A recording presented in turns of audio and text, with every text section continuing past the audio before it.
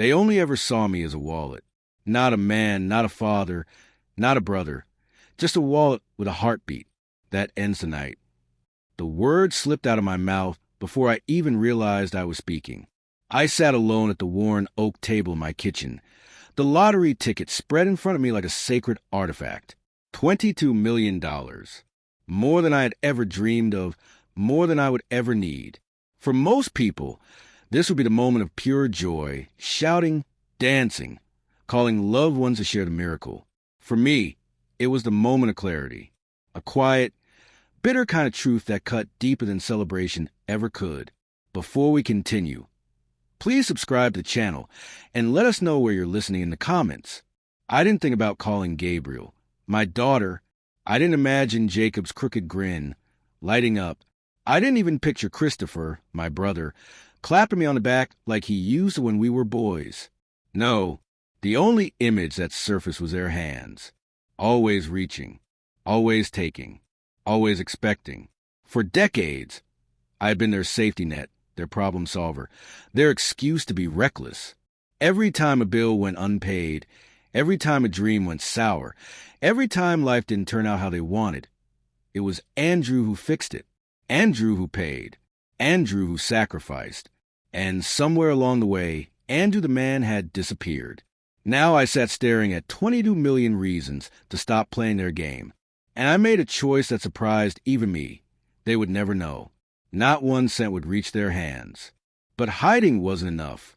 I wanted to see them, truly see them, when the roles were reversed. For once, I would be the one asking. For once, they would have to choose between love and convenience. So I designed a test. Small enough to be reasonable, big enough to reveal the truth. $3,000. To me, it was pocket change. To them, after everything I had given over the years, it should have been nothing. If they loved me, if I meant anything beyond the checks I wrote, they would step up. I rehearsed the story in my head. The market crash, bad investments, the house at risk, a believable downfall.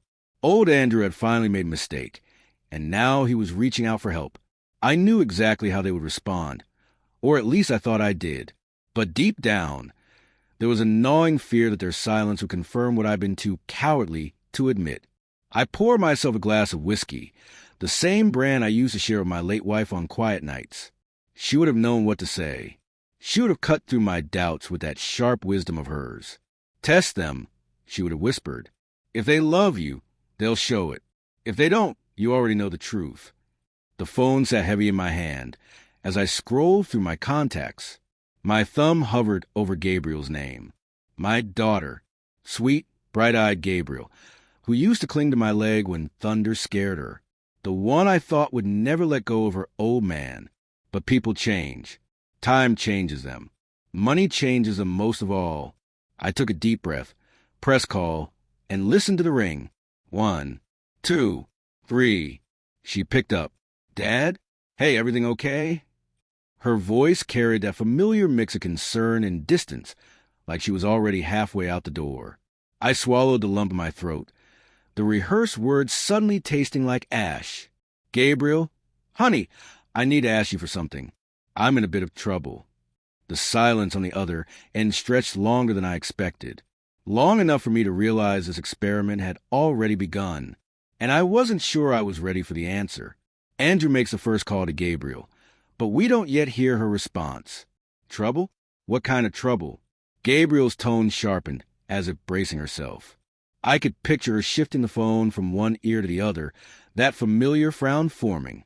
I made some bad decisions, I said carefully, forcing a tremor into my voice. Investments that didn't pan out. I'm behind on the mortgage. The bank is pressing me. I need a little help to keep things steady. Her breath caught. Then came the sound of her exhale, long and controlled. Dad, I don't understand. You always said you were careful with money. Most of my life, but things went south fast. I hate to even ask you for this, but if you could lend me $3,000 just to hold off the wolves, I promise I'll find a way to pay you back. Silence again. My grip on the glass of whiskey tightened. $3,000. After the tens of thousands I had covered for her college loans, the car she drives, the down payment on her first house, after years of tuition checks and hospital bills. 3,000? She repeated at last. Her voice was softer now, and I caught a thread of pity in it, the kind you reserve for strangers at the roadside. Dad, I wish I could, really, but you know how it is. The kids' tuition, the new place, the medical bills after Liam's surgery. We're stretched thin as it is. Her excuses fell one after the other like bricks sealing a tomb. I listened, nodding though she couldn't see. My chest hollowed with every word. You mean you can't spare anything? Not even a part. I'm sorry, Dad. I love you, but right now it's impossible. Maybe Christopher can help? Or Jacob. The way she shifted my burden onto others so quickly, with such clean detachment, stung worse than the refusal itself. She wanted out, plain and simple. I understand, I said finally, keeping my voice even. Thanks for listening. I'll check in on you soon, okay? She offered, already sounding relieved to hang up. The line went dead. I stared at the phone, the room eerily quiet except for the tick of the old wall clock. My daughter, my little girl who once swore she'd take care of me when I grew old, had just put a price on her love, and it wasn't $3,000. A hollow laugh escaped me. This was only the first call, and already the cracks were showing. I reached for the notepad beside me and wrote down her response word for word. This wasn't just about remembering. It was about building a record, something undeniable. The whiskey burned sharper on the second sip. I wasn't sure if it was the liquor or the betrayal settling in. The next number on the list was Christopher, my brother, my blood. If anyone understood loyalty, it should have been him. I tapped his name and pressed call. Andy. Been a while, he answered cheerfully, his voice dripping with a warmth I hadn't felt in years. What's going on, brother? For the first time that night, I allowed myself a sliver of hope. Chris, I need your help. The silence on the other end stretched like a blade waiting to drop. Help, Christopher repeated, and I could hear the change in his voice, like he had just stepped back, drawing invisible lines between us. What do you mean, help? I laid out slowly, word by word, the same story I had told Gabriel. The crash, the bad investments, the mortgage slipping like sand in my fingers. I asked him for the same 3,000, steady and simple, hoping maybe, just maybe, my brother would hear the weight in my voice. He chuckled, a nervous, dismissive sound. Andy, you always had a taste for drama. Look, I get it. Times are tough. But $3,000? That's not exactly pocket change. My hand tightened around the phone. Chris, I'm not asking for pocket change. I'm asking for family to stand with me when I'm falling. His sigh whistled across the line. Family helps when it can. That's how it works. But right now I'm spread thin too. You know Marjorie's medical bills, the house repairs. I've got my own problems to solve. I can't just pull 3,000 out of a hat. The word struck me like cold water. Family helps when it can. I had heard a dozen versions of that line in my life, but never directed at me. I thought of the countless times I had bailed him out, credit card debts, shady business deals, even that DUI that nearly wrecked his marriage. Every time, I had been there with my checkbook and my silence. But when the script flipped, suddenly he was a man of limits. You mean to tell me, I said slowly, that after everything I've done for you, you can't scrape together 3,000 to keep your brother from losing his home? He bristled at that. Don't throw the past in my face. I didn't ask you to pay for my mistakes. You didn't have to ask. I snapped. I did it because you were my brother. Silence. Then cold as stone. And I'm still your brother. But I can't fix this for you. Maybe it's time you accept that. The line went dead before I could answer. I sat there, staring at my reflection in the black screen of the phone. For 60 years, I had carried the name Big Brother like a badge of honor. But at that moment, it felt like a weight chained to my chest. I poured another drink and scribbled his words onto the notepad. The page was filling quickly, proof not just of indifference, but of something uglier. Excuses dressed up as love. And yet, somewhere beneath the sting, I felt a grim satisfaction. The experiment was working. The mask was slipping from each of them, one by one. Only Jacob remained. My son, my boy. If anyone would come through, it had to be him. After all, hadn't I given him everything? The cars, the startup loans, the bail money that no father should ever have to pay? I had carried him further than he ever deserved. Surely, in my hour of need, he would finally show me something in return. I dialed his number. My heart thudded with an anxious hope I hated myself for still having. "Dad," Jacob answered, his voice sharp, impatient, already suspicious. "Jacob," I said quietly, "I need to talk to you about something important." "Important?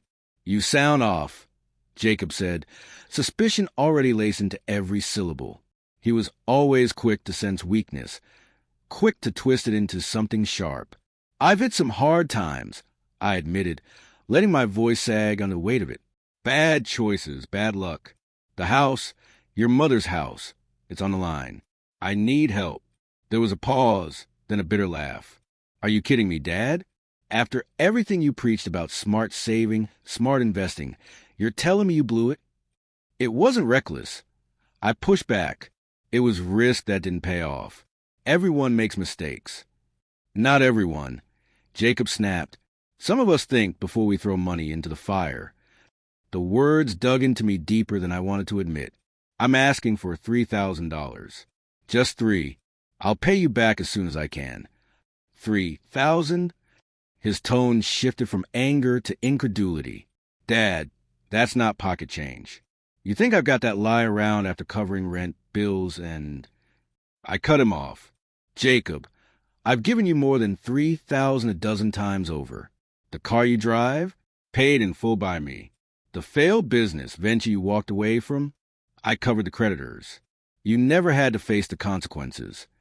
He bristled. "And you never let me forget it, huh? You love holding that over my head. Maybe this whole sob story is just another way to make me feel guilty." Guilt, the one thing he never let stick to him. He had always been slippery, always finding a way to blame someone else.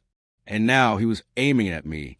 "I'm not asking you to carry me," I said slowly, trying to steady my breathing. "I'm asking you to stand with me. Just this once." "Stand with you?" His laugh was cruel this time, sharp as glass. "Dad, you've been reckless, and now you want me to clean it up. You're 60 years old, for cry out loud, and you're acting like a rookie gambler. No, I'm not bailing you out. Not this time." The silence that followed was suffocating. My son, my flesh and blood, the boy I had raised, fed, clothed, defended. And here he was, cutting me off with the same coldness I'd felt from his sister, from my brother. "Fine," I whispered. "I understand." "Good," Jacob said quickly, eager to end the call. "Maybe this'll teach you something." The line clicked, leaving me in the heavy quiet of my kitchen once again. I stared down at the notepad, at the damning words of my daughter, my brother, my son. The paper was filling with proof that love in my family was measured only in dollars and cents. The glass of whiskey remained untouched this time. My stomach churned too violently to drink. I had expected disappointment, yes, but I hadn't expected the cruelty, the contempt. They weren't just refusing me. They were blaming me, mocking me, washing their hands of me. I turned the page and wrote down Jacob's response. Each line a nail in the coffin of the illusion I had lived under for years. And then the phone buzzed. A message from Kaylee, my daughter-in-law. Short, sharp. "Heard you called Jacob.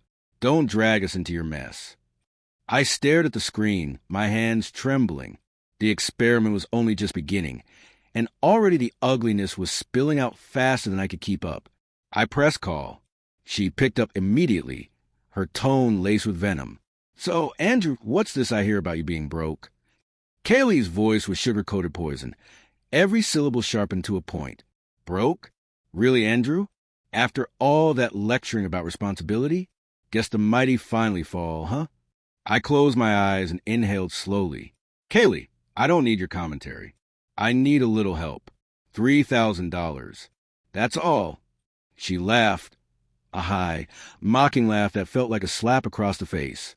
3,000? You're serious? You think we got that kind of cash lying around after covering for Jacob's hours being cut, rent, utilities, food? You've clearly lost touch with reality. I gripped the phone tighter. I've covered more for the two of you than I care to count. Vacations, bills, loans. And that was your choice, she snapped. Nobody forced you. You always liked being the hero. But now that you're the one in trouble, you expect us to just hand it back? That's not how the world works. My jaw clenched. It's how family works. Family? She barked out a laugh, so cruel it echoed in my ear. No, Andrew. Family means taking responsibility, not leaning on everyone else when you screw up. Honestly, it's pathetic. You're supposed to be the elder, the rock, the example. Instead, you're calling around begging like some teenager with a gambling problem. Her words dug deeper than I wanted to admit. I had expected refusal. But this was ridicule. Kaylee, I didn't come to you for a lecture. I came for help. Well, you came to the wrong place. Her voice was smug now, satisfied. If you're really broke, maybe sell that house. Downsize. Or better yet, move into one of those senior facilities. They'd take good care of you. You might even make some friends. The venom in her tone was worse than Jacob's coldness. She wanted me small, humiliated, dependent. You've made yourself clear, I said, my voice low and steady. Oh, don't pout, she said with mock sympathy. You'll figure something out. You always do. Just don't expect us to bail you out when you finally get what's coming. The call ended. My hand trembled as I set the phone down, my reflection staring back at me from the darkened screen. Wrinkled, tired eyes. But behind them, a fire I hadn't felt in years began to burn. I picked up the notepad again, writing down every word she had thrown at me. The insults, the mockery, the dismissal. Each line inked onto the page was another piece of evidence, another crack in the family portrait I had once held dear. For the first time that night, I smiled, not with joy, but with something harder, sharper. I was seeing the truth for what it was, no longer blurred by hope or denial, but the weight of it pressed down all the same. If my daughter, my brother, my son, and now my daughter-in-law all turned their backs, then who was left? My eyes drifted toward the one name I had saved for last, Victoria. My aunt, old, stubborn, kind-hearted Victoria. She never had much, never lived large. She played her life safe and small, but with a generosity that embarrassed the rest of us. I hesitated. Would she, too, betray me? Or was there still one ember of loyalty left burning in this family's ash heap? I dialed her number, my pulse hammering in my ears. Andrew? Her voice was soft, warm, instantly pulling me back to childhood dinners at her little kitchen table. Is everything all right? For the first time that night, my throat caught on the words, "Aunt Victoria." I managed, my voice cracking in a way it had with the others. I hate to even say this, but I'm in a bind. She didn't hesitate. Tell me, dear, what's going on? The warmth in her tone nearly broke me. I forced myself to keep the story straight. I made some mistakes with money. Investments, bad timing. Now the bank is breathing down my neck. If I don't pay soon, I could lose the house. A pause. Not the cold silence I'd heard from the others, but a thoughtful one, weighted with care. How much do you need? I swallowed hard. 3,000. Just enough to hold them off while I figure things out. She drew in a breath. I braced myself for the excuses, the pity, the rejection that had already become familiar. Instead, her answer came steady, without a trace of hesitation. Andrew, I don't have much. You know that. I've lived carefully, saved what I could. But if you need 3,000, I can give it. It'll take nearly all of what I put aside. But I'd rather see you safe than watch you lose your home. The words hit me like a blow, not of pain, but of shame. My throat tightened, and for a long moment, I couldn't speak. And you'd really do that? Give me nearly everything. Of course I would. Your family. You were there for me after Richard passed. You fixed the roof on this house when I couldn't afford it. You drove me to appointments when I couldn't see straight from a medication. Did you think I'd forget? Family doesn't forget, Andrew. Not real family. I pressed the heel of my hand against my eyes, forcing back the sting of tears. After the cold refusals, the contempt, the laughter, here was someone who still saw me. Not as a wallet, not as a failure, but as blood. I don't know what to say. I whispered. Say nothing, she replied gently. Just let me know where to send it. It'll take me a day or two to gather it, but you'll have it. Don't you worry. Her certainty, her quiet strength, cracked something open in me. The experiment I'd started to expose greed had also uncovered the one soul who still carried love without condition. Thank you, Victoria, I said, my voice steadying. I won't forget this. Ever. Don't thank me, she said. Just promise me you'll take care of yourself. That's all I ask. We said our goodbyes, and I set the phone down, staring at the notepad, for pages filled with excuses, contempt, betrayal, and now one page of light. Proof that love wasn't dead in my family. It was simply rare, precious. I poured a fresh glass of whiskey, but didn't drink. Instead, I opened a drawer by my side and pulled out the small tape recorder I hadn't used in years. If words could be twisted, if memories could be denied, then I needed proof that couldn't be erased. One by one, I replayed the calls in my head and pressed record, speaking each conversation into machine like a confession. My voice shook at first, but soon it grew steady, precise.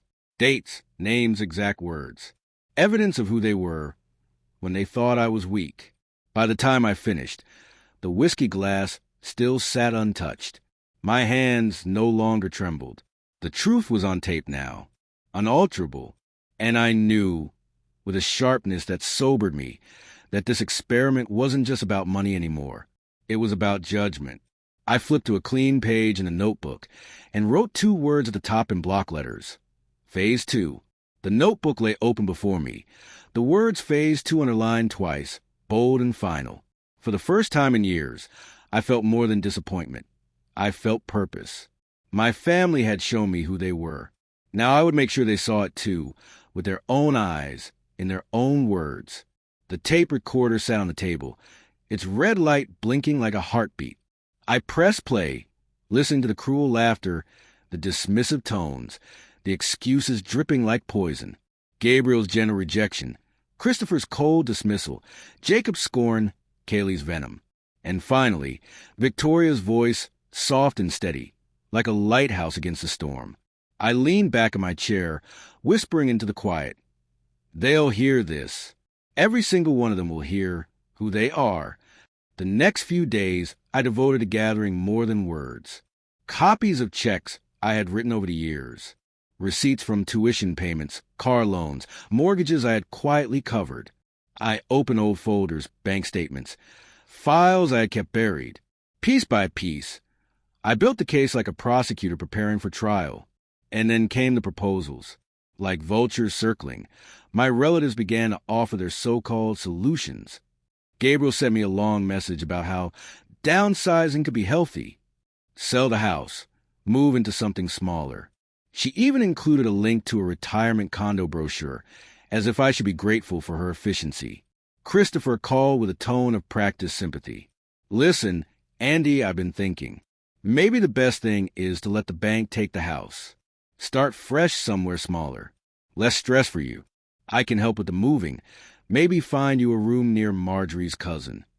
A room, like a boarder, like a stray. Then Jacob, always sharper, always hungrier, came with the boldest offer. He called one evening, voice brisk, businesslike. Dad, look, I've got a plan. If you sign over the house to me, I can negotiate with the bank. Keep it in the family, you know? I'll make sure you've got a place to stay, maybe the guest room. You wouldn't have to worry about the bills anymore. I sat frozen, the phone pressed to my ear, as his words sank like lead. Not only was he refusing to help, he was circling for the kill. My own son, waiting for the chance to strip the roof from over my head. You'd really do that, Jacob? I asked quietly. It's practical, he insisted. Better than losing everything. Think of it as securing the family's future. My grip on the pen dug grooves into the notebook paper as I wrote down every line. His greed dripped through the phone, undeniable. Let me think about it, I said finally. Don't take too long, he replied. Time isn't on your side. When the call ended, I stared at the recorder. My hand hovered, then pressed down hard on the button. His voice joined the others. Preserved forever. I sat in the silence of my kitchen, the night air heavy around me. Their betrayals were no longer just in my head. They were evidence now. Solid. Immutable. The experiment had revealed more than I ever imagined. They hadn't just turned their backs. They had seen my supposed weakness as opportunity. And yet, amid the darkness, Victoria's voice still lingered, a fragile thread of light. It was that contrast, the cruelty and the kindness, that fueled my resolve. I looked at the stack of notes, the tapes, the growing pile of evidence. The pieces were in place. All that was left was to decide how to use them. And in the back of my mind, a single, relentless idea began to take shape. I wouldn't just tell them who they were. I would show them.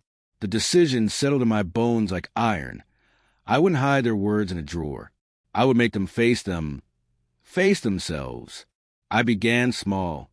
A family dinner had been scheduled weeks ago, one of those forced gatherings that usually left me drained. This time I went with purpose.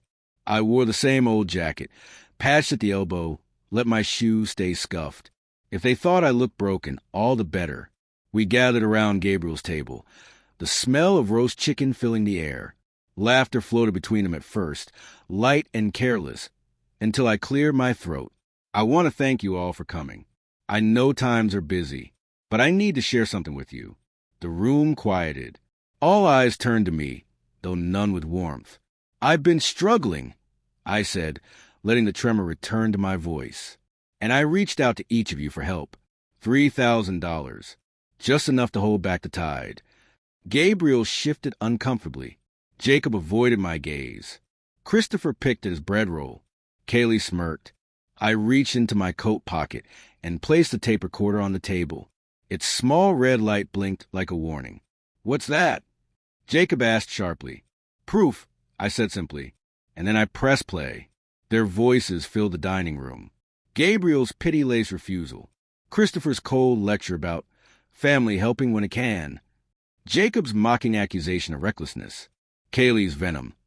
Telling me to sell the house and move to a senior facility. The air thickened. Forks stilled. Chairs creaked as they shifted uneasily. Gabriel's face paled.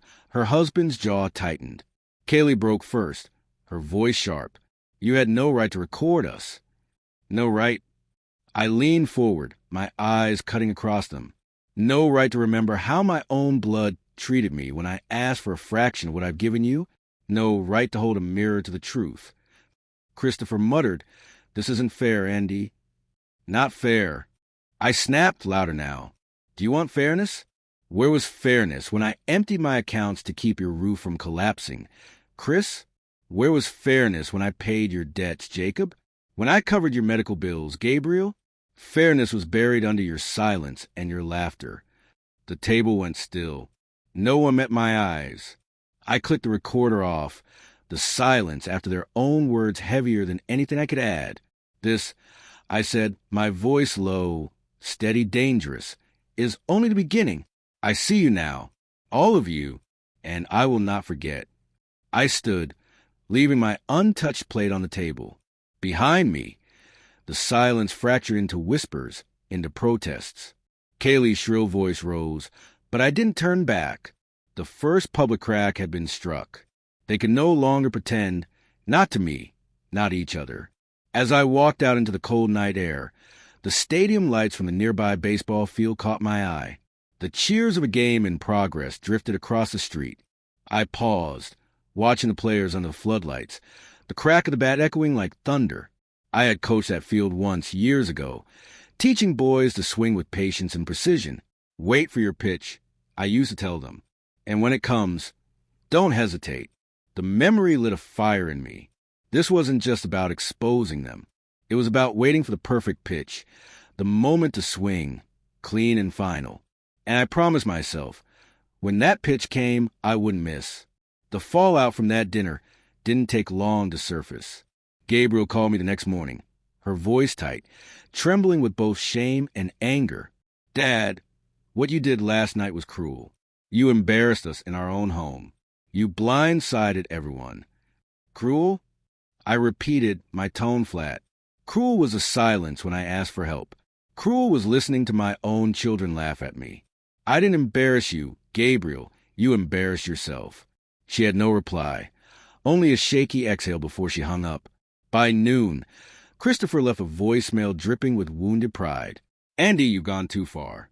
Airing family business like that in front of everyone? That's low. You've changed, brother. You're bitter. I saved a message, adding it to my growing collection. Each word, each tone, another nail in the coffin they had built with their own hands. Jacob, however, didn't waste time on wounded sentiment. He stormed into my house that evening, not bothering to knock. Kaylee trailed behind him, her lips curled in that perpetual sneer. What the hell was that stunt?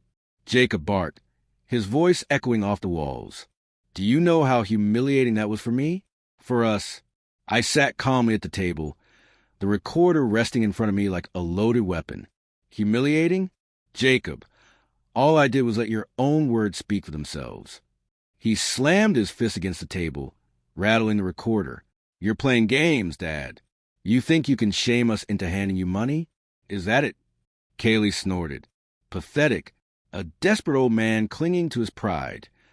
I leaned forward, my voice lowering to a sharp whisper. No, I don't want your money anymore. Not a cent. I wanted the truth, and I have it now.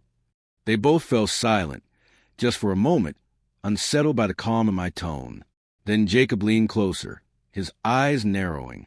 If you're so damn set on truth, then tell us what you really want. Because this little pity act, it's not fooling anyone. I smiled, the first genuine smile I had allowed in days. What I want is to see you for who you are. And last night I did. Kaylee's face flushed red. You're sick, recording us, throwing it in our faces like some twisted trap. You're losing it, Andrew. Maybe it's time you thought about real solutions. Sell the house. Move into assisted living. Sign over property before you ruin what little dignity you've got left. Her words hung in the air, poisonous and deliberate. She wanted me gone, erased, tucked away somewhere they wouldn't have to look at me unless it benefited them. I let the silence stretch, their impatience growing. Then I reached for the drawer, pulled out a folder thick with papers, and slid it onto the table. Old checks, receipts, bank transfers, years of sacrifices, each page proof of what I had given them. Jacob's bravado faltered as he flipped through. Kaylee leaned over his shoulder, her smirk slipping. This, I said quietly, is what I've done for you. Every bill paid, every mistake covered. And now, when I asked for one thing in return, you showed me exactly who you are. Jacob slammed the folder shut, shoving it back toward me. We don't owe you anything. Not then, not now. You did all that because you wanted to. Don't pretend it was charity. I met his glare with a steady gaze. You're right. It wasn't charity. It was love. But I see now what that love was worth to you. For the first time, Jacob had no quick retort. The silence that followed was heavier than his anger. He turned, muttering curses under his breath as he stormed out, Kaylee trailing behind with one last venomous look. When the door slammed shut, I leaned back, the recorder still untouched on the table. Their masks were cracking faster now, and I knew, deep in my gut, that the next confrontation wouldn't be inside the quiet of my home. It would be public. The chance for that public confrontation arrived sooner than I expected. Christopher called a week later, his voice stiff with false concern. Andy, listen, we've been talking. Maybe it's best if we all sit down together. Get things out in the open before this tears the family apart. I almost laugh at the phrasing, before this tears the family apart, as if it wasn't already splintered to dust. Still, I agreed. A neutral place, he said. The community hall near the baseball field. A fitting location, though none of them realized why. The night of the meeting, the hall was bright with fluorescent lights. Folding chairs scraped the floor. A long table stretched across the front. My children, my brother, their spouses, all of them were there. They sat like a tribunal, eyes sharp, waiting for me to stumble. I walked in carrying a single box. Inside, my tapes, my notes, my stack of receipts. evidence enough to bury their illusions. Andrew, Gabriel began, her voice clipped. We're worried about you. The recording, the accusations. You're not acting like yourself. We think grief has clouded your judgment. Grief, I repeated, setting the box on the table. No, Gabriel. Clarity. I see you clearer than ever. Jacob leaned back, arms crossed. Then prove it. Show us how we're the villains. I reached into the box, pulled out the recorder, and pressed play. Their voices spilled into the hall, once again, colder, harsher under the sterile lights. Gabriel's excuses, Christopher's attachment, Jacob's scorn, Kaylee's cruelty. Murmurs rippled through the onlookers. They hadn't expected an audience, but I had arranged it. A handful of neighbors, members of the church. Even the local coach from the baseball field had slipped in at my invitation. I wanted witnesses. Kaylee's face flushed as her words echoed through the speakers. Maybe it's time you move into assisted living. She shot to her feet. You had no right. I cut her off. No right? This is your truth. Your voices, your choices. You wanted me erased. And now everyone hears it. Christopher tried to steady the room, raising his hands. Andy, this isn't helping. I slammed a folder onto the table, the pages spilling out, checks with their names, receipts with their debts, payments I had made in silence. This is what I gave. Years of sacrifice. And when I asked for one thing in return, you turned your backs. The crowd shifted uncomfortably.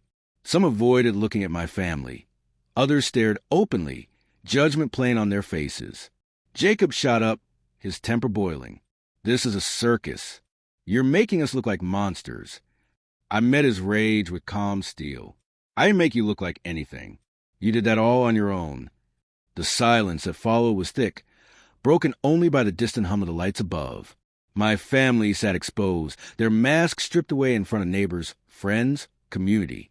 I gathered the papers back into the box, snapped the recorder off, and straightened to my full height. For the first time in years, I felt taller. This is only the second inning, I said, letting the baseball metaphor hang in the air. And already you're swinging wild. The crowd whispered at that, puzzled but intrigued. My family, however, sat frozen, their faces pale. I turned and walked out of the hall, the murmur of voices rising behind me. Outside, the night air was sharp, carrying the sound of cheers from a nearby field. The crack of a bat echoed through the dark. I smiled. This was just the beginning of the game. Word traveled fast after the hall meeting. Neighbors whispered. The church ladies who once adored Gabriel's family now eyed them with quiet suspicion. Christopher's friends at the lodge avoided his table. Even Jacob's co-workers, men who had once slapped him on the back, kept their distance. My family had always cared about appearances, about being admired, respected, and now their carefully polished image was cracking in public. I didn't need to say much. The tapes had done the work for me, but I wasn't done. There was one stage left to set, one spotlight where their masks would fall completely. The lawyer's office. I called them all together, this time under the guise of discussing my will and future arrangements. They came, of course. If there was one language they still understood, it was inheritance. The office was cool, polished, lined with leather chairs and shelves of thick law books. My attorney, a quiet man named Harris, greeted us with calm professionalism. He had helped me draft documents years ago when my wife passed, and he knew exactly what I wanted now. As we sat around the long oak table, Gabriel leaned in, her voice low. Dad, I'm glad you're finally being practical. Let's get this settled so we can move forward. Kaylee smiled tightly, her eyes gleaming. Yes, it's the right time to think about the future. Christopher straightened his jacket, nodding as if he were already rehearsing his role as executor. Jacob didn't bother hiding his smirk. About time. I folded my hand on the table, letting the silence stretch before I spoke. I want to be very clear about something. What we decide today will be final. There will be no renegotiations, no second chances. They nodded eagerly, like predators scenting blood. Harris adjusted his glasses and opened the folder in front of him. Mr. Whitman has prepared a statement regarding his estate. Before we proceed to the formal reading, he has requested to address you directly. I reached into my bag and placed the recorder on the table once more. Kaylee's eyes widened. Jacob cursed under his breath. "Not this again," Gabriel muttered. "Yes," I said calmly. "This again. Because truth has no expiration date." I pressed play. Their words once more filled the room, but this time it wasn't neighbors or friends listening. It was a lawyer. It was official. The evidence hung heavier here, echoing against the panel walls like testimony in a courtroom. When the last cruel sentence faded into silence, Harris cleared his throat. In light of these statements, Mr. Whitman has decided on a course of action that reflects both his values and his experiences. The room tightened with anticipation. I leaned forward. "I have decided that none of you," I let my eyes sweep across Gabriel, Christopher, Jacob, and Kaylee, "will inherit a single cent." Their shock was instant, raw. Gabriel gasped. Christopher's face flushed. Jacob slammed his hand on the table, and Kaylee's mouth twisted into fury. Instead, I reached into my folder and pulled out the new documents. Every dollar, every asset, every last piece of what I built will go to charities, scholarships, and community programs. To the baseball team that gave me purpose when I had none. To a fund in my wife's name. So her kindness will live longer than your greed. To people who understand loyalty. The silence was volcanic, about to erupt. "You can't do this." Jacob shouted, rising to his feet. "I already did," I replied, my voice steady. Their outrage filled the room, but Harris tapped the papers firmly. "It is legal. It is binding." I stood, gathered my bag. Their voices rose behind me, a storm of anger and disbelief. But I walked out, shoulders straight, the door closing softly at my back. The world outside felt brighter, cleaner, as though I had just stepped out of a courtroom where justice had finally been served. The game was heading into its final innings, and for the first time in years, I was winning. The storm that followed the lawyer's office could be heard across the whole town. Gabriel called me in tears, begging me to reconsider. "Dad, you don't understand what you're doing. You're tearing the family apart." "The family tore itself apart," I said flatly. "I'm just writing down the score." Christopher sent long emails, each one dripping with self-justification. "I've always supported you in my own way. Money isn't the only measure of love. You misunderstood me." I saved every word but answered none. Jacob was less restrained. He showed up at my house 2 nights later, pounding on the door until the windows rattled. "You think you can humiliate me in front of a lawyer? You think you can erase me?" His face was red with rage. Kaylee standing behind him like a shadow, whispering poison in his ear. "You erased yourself," I told him through the closed door. "Go home." He kicked the step, cursed, and stormed off. I watched from the window, calm and unmoving. For the first time in years, I didn't feel fear, not of losing them, not of losing anything. I felt free, but freedom has its price. The town had started to whisper in louder tones now. My story was spreading. The old man who tested his family and found them wanting. Some looked at me with pity, others with admiration. At the baseball field, the kids I once coached came to shake my hand, their parents nodding quietly behind them. "Good for you, Andrew," one said. "Takes guts to stand up like that." And yet, the house grew quieter each night. Without my wife's laughter, without the noise of family visits, the silence pressed against me like a tide. I sat with my recorder, playing back not the betrayals this time, but Victoria's voice, the single spark of love. "Family doesn't forget, Andrew, not real family." Her words carried me through the worst of the loneliness. She still called every evening, checking in, reminding me I wasn't completely abandoned. That thread of loyalty held me steady as the storm raged around me. Then came the letter, delivered by courier, heavy envelope. Jacob's handwriting scrawled across the front. I opened it carefully. Inside was a contract, his contract. He was still pushing his scheme. Sign the house over. Let him handle the bank. Let him take the burden off my hands. Attached was a note. "This is your last chance to do something smart before it all slips away." I laughed aloud, a sharp sound that startled even me. The arrogance, the entitlement. It was almost comical. Almost. I fed the contract into the fireplace, watching the flames lick the paper, curling it into ash. The firelight flickered against a baseball bat mounted above the mantel, the one I'd kept since my coaching days, a gift from the team, engraved with the words, "For the man who taught us to never back down." I stared at it for a long time, a reminder, a weapon, a promise, because this wasn't just about money anymore. It wasn't about inheritance or contracts or signatures. It was about dignity, about finishing the game on my terms. And the final innings were coming. The phone rang. Victoria's voice calm and steady. "Andrew, you sound different. What are you planning?" I looked at the bat again, the flame still glowing in the fireplace. "I'm planning," I said slowly, "to make sure the world remembers exactly who we are." The days that followed felt like the calm before the ninth inning. Everyone in town had heard whispers about the lawyer's office, about the tapes, about the inheritance. My family tried to spin their version of the story, painting me as unstable, bitter, ungrateful. But the truth had already spread, too sharp to blunt. I saw it in the way neighbors nodded when I passed, in the way old friends from the ball field slapped my shoulder. Respect. Not pity. Not scorn. Respect.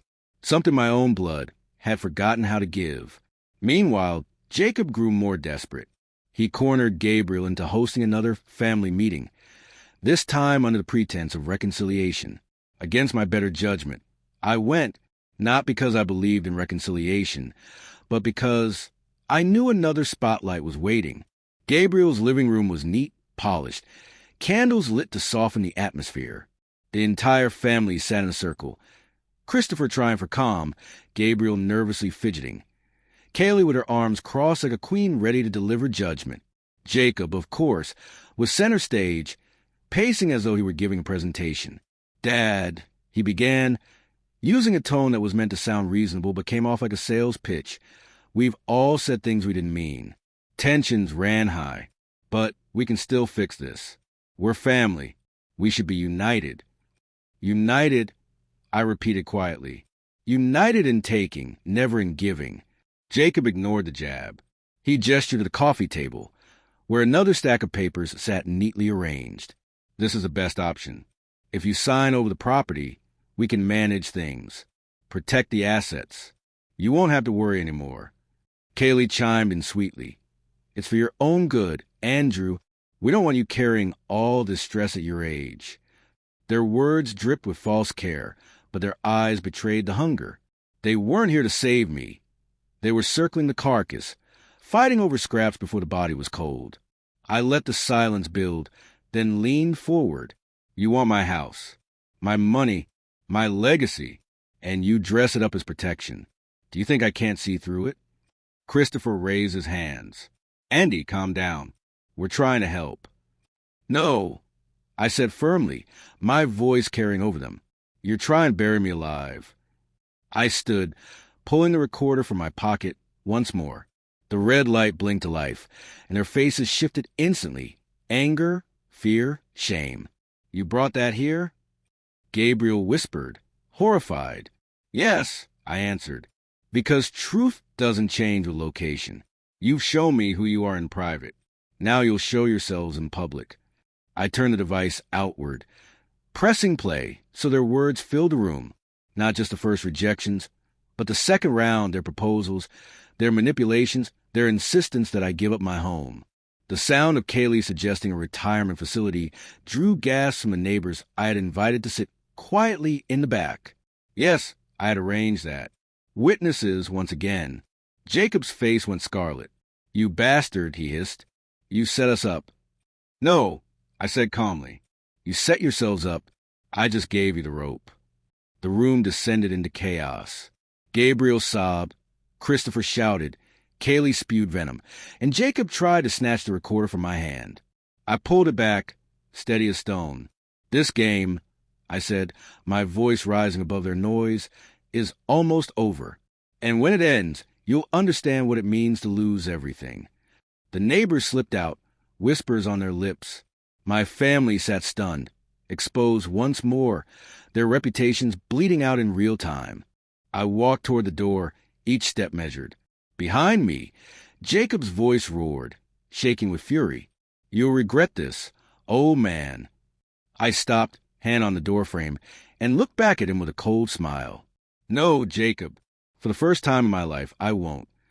The living room still buzzed with the echo of their shouting long after I walked out. The neighbors who had witnessed the display were already spreading the story. By morning, I knew my family's reputation would be carved into something they could never polish clean again. That night, I sat in my kitchen, the recorder on the table beside me, the baseball bat still mounted on the wall above the fireplace. I thought of innings of strategy, of patience. Baseball wasn't about swinging at every pitch. It was about waiting for the one that mattered. And I knew the pitch I'd been waiting for was on its way. The phone rang. It was Christopher. His voice was low, forced into a calm he didn't feel. Andy, listen. Things got heated tonight. You've made your point. Maybe we can meet halfway. Settle this like brothers. Halfway? I repeated. You mean I forget the insults, the abandonment, the schemes? I pretend none of it happened, so you can still hope for a share. His silence was answer enough. I don't meet halfway with betrayal, Chris. Not anymore. I hung up before he could reply. An hour later, Gabriel sent me a message. Dad, please, think about the kids. Don't punish them for our mistakes. I stared at the words, feeling the faint tug of guilt. But then I remember her voice on the tape, soft but firm, telling me she couldn't spare even a fraction of what I had once poured into her life. Love that had limits. Love that came with conditions. The guilt dissolved. Jacob, of course, didn't bother with subtlety. His text was short, raw with rage. This isn't over. You can't just cut us out.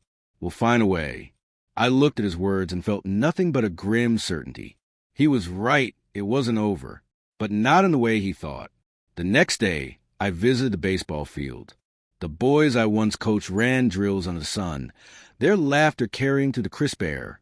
The coach waved me over, pressing a hand to my shoulder. Heard about what's been happening. Andrew, you did the right thing. They'll never admit it, but they needed to be exposed. I nodded, my eyes on the players.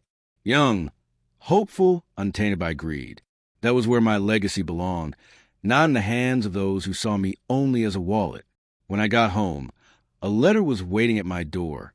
Thick envelope, no return address. Inside was another attempt, this time from Kaylee. Typed, polished, almost legal in tone. Andrew, the family is worried about your capacity to make rational decisions. We're considering guardianship for your own good. Guardianship. The word burned. They weren't just after my money. They wanted control. To strip me of my name, my choices, my dignity. I placed the letter on the table, then fed it slowly into the fire. The flames curled the words into nothingness, and I whispered to the empty room. If they want a war, I'll give them one. But it'll be the last inning, and I'll be the one holding the bat. Outside, the cheers from the field echoed faintly in the distance. I listened, steadying myself, feeling the weight of what was still to come. The game wasn't over. The final play was drawing near. The letter about guardianship was the last straw. It wasn't enough that they had refused me, mocked me, schemed against me. They now wanted to brand me incapable, to strip away my freedom under the disguise of protection. That wasn't just greed. That was an execution of dignity. I spent that night at the kitchen table, the recorder before me, the bat above me, the paper spread across it like evidence in a trial. Guardianship, in one stroke. They wanted to erase the man I was and replace me with a puppet whose strings they could pull, not while I still drew breath. The next morning, I called Harris, my lawyer. I want everything finalized, I said. The trusts, the donations, the scholarships. I want signatures, seals, witnesses, and I want my family there to hear it read aloud. He hesitated. Andrew, it will cause a scene. Good, I said. It's time for the final inning. The meeting was scheduled at the town hall, bigger than the lawyer's office, open to the public. Invitations were sent, official, impossible to ignore. My family would expect inheritance. What they'd get was revelation. On the evening of the gathering, the hall filled with neighbors, colleagues. players from the baseball team, parents, even the mayor, a community, all of them curious, all of them ready to watch. My family filed in stiffly, Jacob's jaw set, Kaylee's smile tight, Gabriel pale, Christopher already sweating. They hadn't expected an audience. I stood at the front, Harris beside me, the box of tapes and papers within reach. The bat from above my fireplace leaned against the table, its polish wood gleaming under the lights. A symbol, silent but heavy. Thank you for coming. I began, my voice carrying clear. I asked you here because this is no longer a private matter. This is about legacy, about truth, and about what family truly means. Murmurs swept through the room. My family shifted uneasily. I opened the box, lifted the recorder, and pressed play one final time. Their voices filled the hall. The refusals a mockery, the schemes. Gasps rippled through the crowd. People exchanged glances, some shaking their heads in disgust. Kaylee leapt to her feet. This is manipulation. He's twisting our words. I turned toward her, calm as stone. No, Kaylee, these are your words, your tone, your contempt. Do you hear the difference between you and Victoria, the only one who offered me help without hesitation? The crowd murmured louder. Kaylee flushed, her voice cracking as she tried to argue, but the damage was done. I stacked the papers on the table, Harris stepping forward. Mr. Whitman has directed that his entire estate, every dollar, every asset, be placed into charitable trusts and community programs, including a memorial foundation in his late wife's name and a fund for the town baseball team. Gasps again. Heads turned. My family froze, their faces drained of color. No, Jacob muttered, his voice trembling with fury. You can't. I can, I interrupted. And I did. This is binding, legal, final. The crowd erupted in whispers, some clapping, some stunned into silence. My family stood exposed, stripped of entitlement, their reputations gutted in front of the very community they cared so much to impress. I reached for the bat, lifting it high so the light caught its inscription, for the man who taught us to never back down. This, I said, holding it steady, is my legacy. Not money, not property. Honor. And you will never touch it. Jacob shouted something incoherent, trying to surge forward, but neighbors restrained him. Kaylee shrieked. Christopher sputtered excuses. Gabriel wept quietly in her chair. I stood calm, unmoving, the bat gleaming in my hands, the truth echoing in their ears. The final inning had begun. The hall emptied slowly after Harris read the final documents, but the damage lingered in the air like smoke. Neighbors avoided my family's eyes as they shuffled out. Some offered me firm handshakes. Others clapped me on the shoulder. Respect, again that rarest currency. My family sat frozen in their chairs, stunned, unable to process what had just unfolded. I left them there, walking into the night with the bat resting against my shoulder like a soldier's rifle. The cool air hit my face, and for the first time in years, I breathed without weight pressing down on my chest. But the silence didn't last. By morning, my phone was flooded. Gabriel called, sobbing, Dad, how could you humiliate us like that? Christopher tried again with his brotherly pleading. Kaylee spat venom in long voicemails about how I was destroying the family's name. And Jacob? He didn't bother with calls. He showed up at my house uninvited, again. This time his anger was different. Desperate, reckless. He slammed his fist on the door until it rattled on its hinges. I opened it slowly, the bat leaning casually against the frame. You ruined us, he shouted, his face red, eyes wide with rage. You've turned the whole town against us. Do you know what people are saying? Do you know what they're calling me? I imagine it's the truth, I said evenly. His hands trembled at his sides. For a moment, I thought he might swing at me, but instead he leaned close, his voice low and venomous. You'll regret this. You can't live forever. And when you're gone, that money should have been ours. You can't take it with you. I raised the bat just enough so that it caught the light, his reflection bending across the polished surface. You're right, Jacob. I can't take it with me. That's why I've already given it away. Every cent signed, sealed, protected. Nothing left for you to claw at. His face twisted, fury mixing with panic.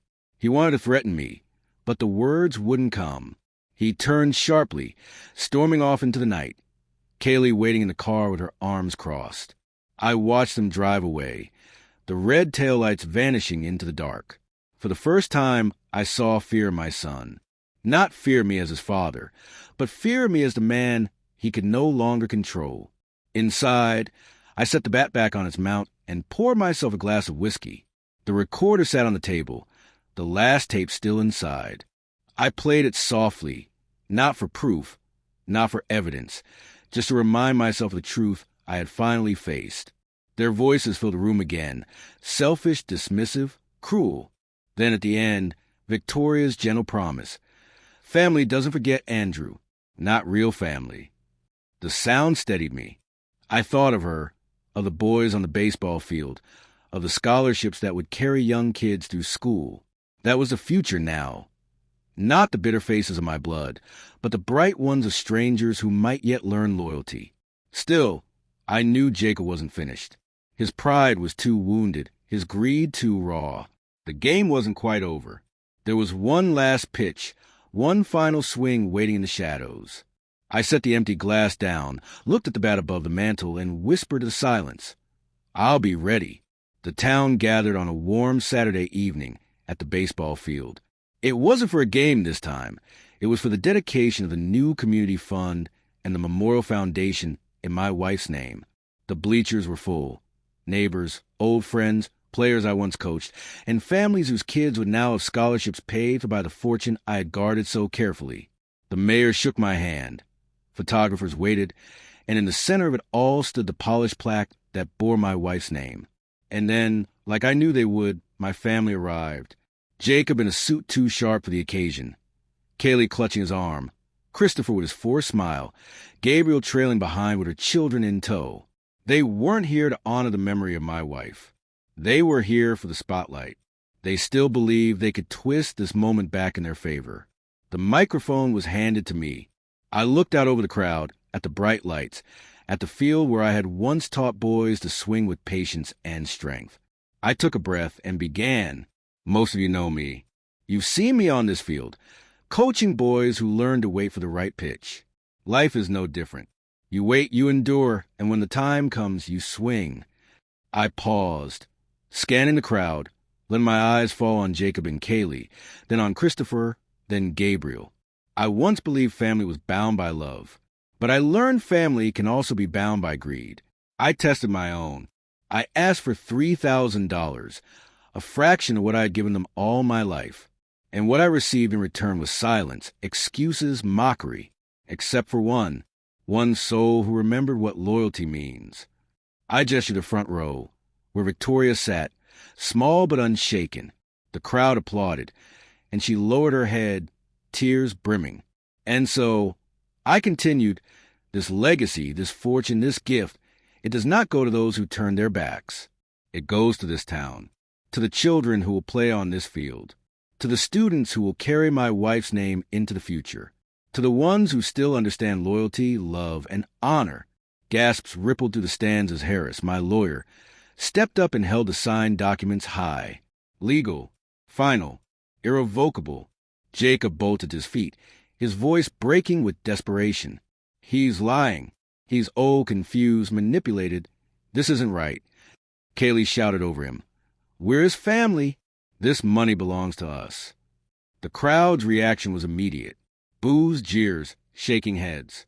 Parents pulled their children closer, as if greed were contagious. Christopher tried to calm things, but his face was pale, drenched in sweat. Gabriel covered her eyes, unable to look at me, her children tugging at her sleeve in confusion. And then came the final blow. I lifted the bat from where it rested against the podium, the same bat the team had given me years ago. Its inscription caught the floodlights, for the man who taught us to never back down. This bat, I said, raising it high, is worth more to me than all the dollars you ever begged for, because it means respect. It means legacy, and that, I pointed the bat toward the plaque, is where my life's work will live, not in your pockets. Never again. The crowd erupted in applause. My family stood frozen, stripped of pride. Their hunger laid bare in front of everyone they had hoped to impress. Their humiliation was complete, public, undeniable, irreversible. I lowered the bat, handed it to one of the young players in the front row, and smiled. Take care of it, and never forget what it means. The boy's eyes shone as he gripped the wood, the weight of legacy passing into new hands. As the cheers rose around me, I felt something I hadn't in decades. Freedom. I had swung, clean and final. And for the first time since my wife's passing, I knew she would be proud. If you liked this story, please like this video. Subscribe to the channel and share your impressions of this story in the comments. To listen to the next story, click on the box on the right.